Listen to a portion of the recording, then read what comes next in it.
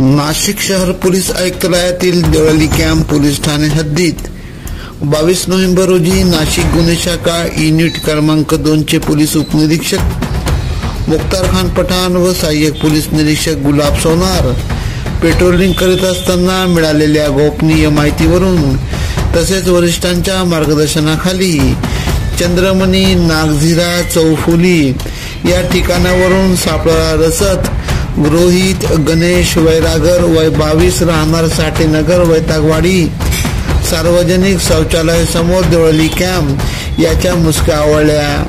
त्याच्या ताब्यातून धारदार कोयता हस्तगत केला। गुलाबी थंडीचा प्रसाद देत नाशिक जिल्हा कायद्याच्या बालेकिल्ल्याची आठवण करून दिली।